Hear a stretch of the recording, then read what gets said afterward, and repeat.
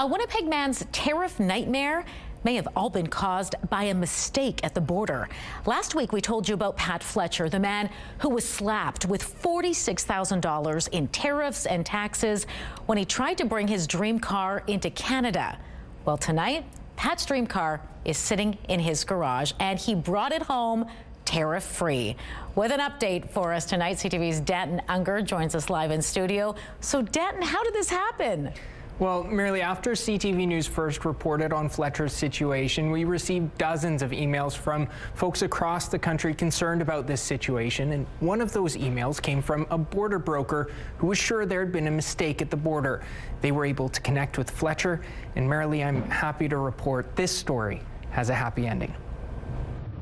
With a wave out the window, Pat Fletcher crossed the Canadian border, his dream in tow, tariff-free. It's, well, surreal, eh? The dream, his 1968 Dodge Charger RT. I just can't wait to get cleaning and polishing that thing and getting out on the street, eh? Go for a ride. Just last week, Fletcher's dream was looking more like a nightmare. He bought this car down in Texas earlier this month, but when he tried bringing it home the first time, he was handed a $46,000 bill in tariffs and taxes, forcing him to leave his car behind. It didn't sound right to us from the start. When Sarah Abbott with Border Brokers heard about Fletcher's story, she knew something wasn't right. There was definitely some mistakes made. The Canadian Border Services Agency previously told CTV News a 68 Charger may be subject to a 25% surtax under this tariff item, which includes vehicles manufactured more than 25 years ago. But Abbott says this would only be the case if vehicles in general were subject to Canadian tariffs, and right now,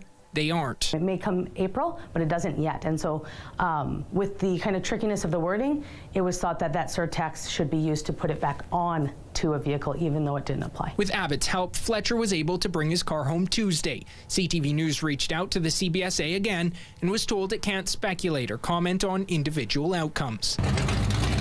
Back in Winnipeg, Fletcher finally rolls his Charger into his garage. Home at last. Despite this whole ordeal, he doesn't hold any grudges. There's a lot of confusion in this stuff with the border guards too, you know. But he does have a warning for Canadians. Just be careful what you do. Get advice from a broker, you know, and that's the proper way to do it.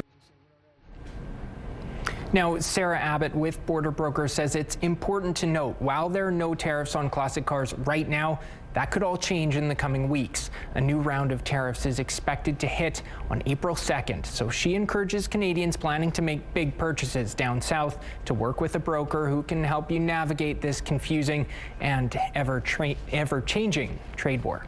Now, Danton, I know you were there with Pat when his dream became a reality. What was that moment like? Merely, to see him finally get into the driver's seat of his dream car and drive it into his garage was just so exciting. I kept asking him, you know, how are you feeling? What's going through your mind? And he just kept telling me how awesome and relieved he felt to have that Charger home. And for him, he says this car takes him right back to his teenage years in the 60s, cruising the streets of Winnipeg. And now he just can't wait to get his car cleaned up and relive some of those memories. Well, I think I can speak for everyone. We were very invested in this. So happy for Pat. Can't wait to see him cruising down the streets of Winnipeg. Thanks so much for the update, Danton.